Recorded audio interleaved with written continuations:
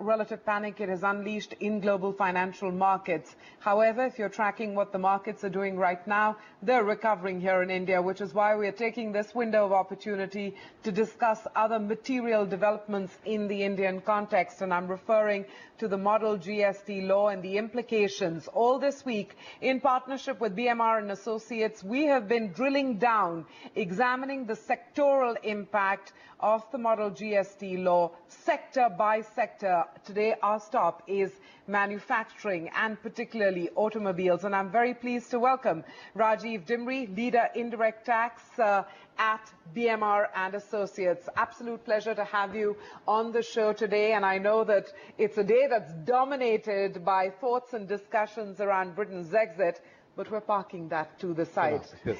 And we're talking about another acronym, GST. Correct. You know, this week, in partnership with BMR, we've actually been addressing some of the key gray areas, some of the challenges, and in a sense, compiling a checklist with a sectoral focus. And when we look at manufacturing, I'm going to keep my questions absolutely broad and simple. When you look at the Model GST Law and you place manufacturing on the table, what are the 3-4 top things that come to mind? Messaging that needs to go out to India Inc.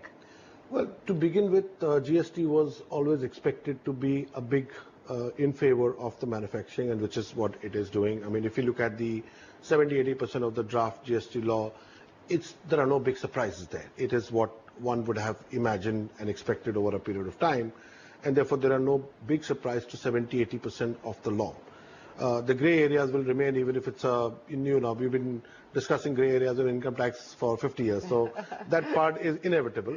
But at the top level, manufacturing should by and large be happy with this, because it gets you somewhere better than where we are today, a lot better than where we are today, in terms of unification of market, in terms of reducing the compliances, number of touch points that you have with the authorities, number of different laws that you deal with the authorities, increasing the input credit mechanism, and therefore this whole tax on tax should come down. And that has been the long-standing demand of the manufacturing sector. So at a headline level, this is something that the industry should certainly welcome.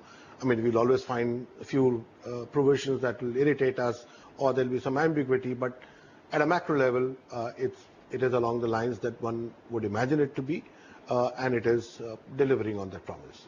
I hate to look at everything as perfect, which is why I'm going to focus on the irritants. I am not saying that. That's why I talked about 70-80%. Okay, so let's talk about the notable irritants, because I'm sure you're engaged in pretty extensive conversations now with clients trying to get your head around this. So what are the notable irritants? So if we drill down from 50,000 feet to, let's say, 20,000 feet, there were a few things that ought to have not happened in the GST which are there. So if I'm a manufacturing company, one of the big areas of my issue today is point of time of tax, and therefore this whole concept of manufacture. And therefore in a GST, manufacture and any tax associated with the manufacture ought to go away. But there is still a taxable event based on removal. So if I look at, at a very theoretical level, one tax law should have one clear crystal taxing point. Right. If the same law has 5 or 6 taxing points, right there you can spot an area of excitement or dispute in future. So should this be a tax on activity or an event? Should there be a tax on raising of invoice? Should this be a tax on receiving money? And it is seemed to be capturing any one of those events to be taxed. So things that ought not to have been there. There should be clarity on what is taxable. And if I have 6, 7 events that create taxability, it raises too many questions or potential questions or area of dispute. In a GST environment, valuation dispute should have been a thing of the past, because it's a multi-stage point tax. Even if something doesn't get taxed at stage 1, it gets taxed at stage later. That was the big expectation. Today 50% of the disputes in India in tax laws are to do with valuation, and a lot of them have to do with classification.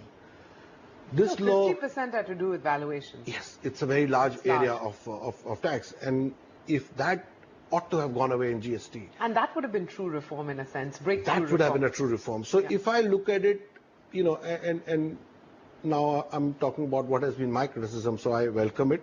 I think 70-80% is great. In that 20%, it's like a law heavily in favor of the revenue. It should have been a simplification, give taxpayers a little bit more than what they have today. And therefore, some bit of that simplification and, in a sense, broadening the aspects of tax compliance is not all there. Okay. So the areas, if I continue to believe valuation is an area of dispute, if I continue to believe taxing point is an area of dispute, these things will create new irritants. So question is, do we focus on the 20% or do we focus on the 80%? No, but I wanted to address the 20%. Sectorally speaking, are there some sectors that have to brace for it differently than others? And the reason I'm asking this is in the context of the automobile sector, where the maturity is fairly high. Yes. And sort of wide and fairly deep. You're the tax expert, but from the automobile sector perspective, what would you flag off? So let's look at why do we distinguish auto sector from manufacturing. I mean, at the end of the day, it's one. But typically in an auto sector, for most large companies, there would either be one plant or two plants. And therefore, while they have sales all across the country, the number of spread of plants is fewer. In case of general manufacturing, the spread of operations could be much more. Right. Most states you are in, because of the state-based and federal law, the level of complexity could be different because you're dealing with multiple different legislation. This is Model GST Law, but state laws will evolve. It's highly unlikely that they will all be identical. There will be some points of differentiation. So, in a sense, if you look at the manufacturing sector, within that auto, while it has high value per unit, but the spread of operations is narrower for the core manufacturing. Of course, there are spare parts and warranties and all of those things. And therefore, that's why we distinguish auto from general manufacturing. Sure. For a value per unit is exceptionally high. I mean, it's one of the highest value per unit that you can think of. And therefore, those are the things that you need to make a distinction. For companies that have not that much spread of operations across many states, should have an easier transition, because you're dealing with less moving parts in this whole process. But, somewhere, if it's a 1 percentage point or 2 percentage points, stock transfers versus movement of goods versus movement of spare parts, warranty spares, comes back as an issue, which is part of the 20% gray area. Okay. I guess some of the gray areas because we only have the law, not the rules. Right. One big issue is who will come and audit me? Is it the central government? Is it the state government? If I have disputes between two states, will two states look at front and back of my transaction too differently? So those try-baker rules is what gives this fear of unknown, and therefore some concerns remain with that. But like I said, right now we need to prepare for the 80% that's clear. And I wanted to ask that because you could argue it's justified, but this time around, India Inc. seems a shade unprepared. Were things to move swiftly and political hurdles were they to be overcome swiftly?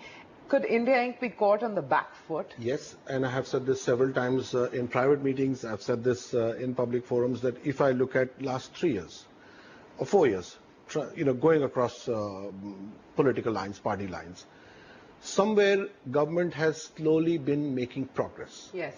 They have been doing things at the back end and they have been making progress. Also bear in mind that if April 1, 2017 is the date where we will finally see GST, from the government side, only 20% preparation is needed. They need a law, they need effective IT system, they need mechanisms to collect tax.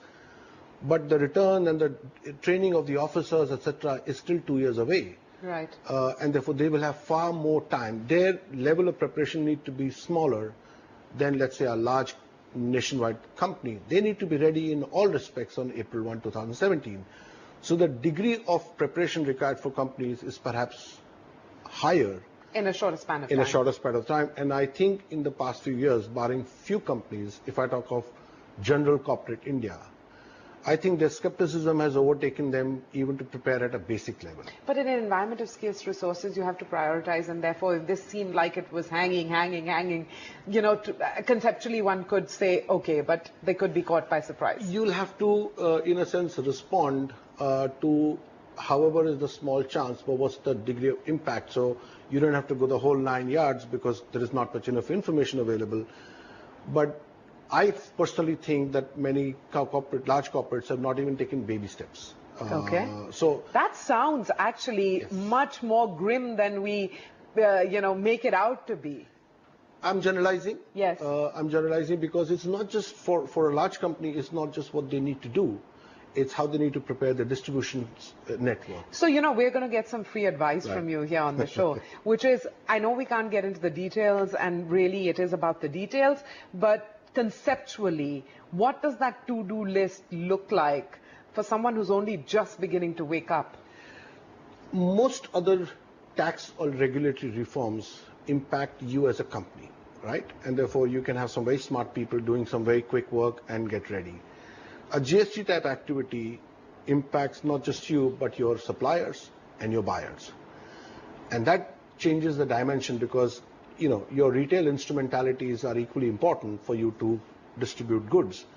And GST is going to change. So if I talk of auto as an example, which has a smaller distribution system, company, dealer, customer, unlike a large manufacturing company that may have 3, 4, 5 layers of distribution. The tax profile of the dealer changes completely. Today, a dealer has very little input credits. Yes. In a GST environment, he has a lot of input credits. So a large auto company will have to work with each of their dealers to prepare for this. That's a small dimension. If I'm a manufacturing company that has wholesalers, regional distributors, state distributors, and if I have 4 or 5 tiers, I as a company need to figure out what happens to them. And that is something that you can't burn the midnight oil and, some smart people thinking about what your new policies. And that's what I mean by when I say baby steps. I mean, the tax managers and other people have been thinking about it. I'm talking about preparation for the whole ecosystem, how I purchase, buy versus make decisions, outsource versus self-manufacture decision, which state to manufacture, which state to distribute. Those decisions are integral to our supply chain, and they can't change overnight. Some preparation.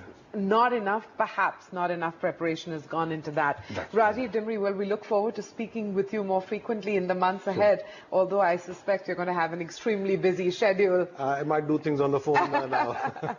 Thank you very much for joining us this afternoon. Thank you, and I'm glad you could join us on a day when the discussions have primarily been centered around one Britain's common exit. market is coming together, another common market is might break down. Indeed, a historic day. Thanks very much once again. We're going to take a very quick break, some more ground to cover. Reserve Bank of India Governor Raghuram Rajan, his comments coming through post Britain's decision to exit from the European Union. We'll revisit that in a moment.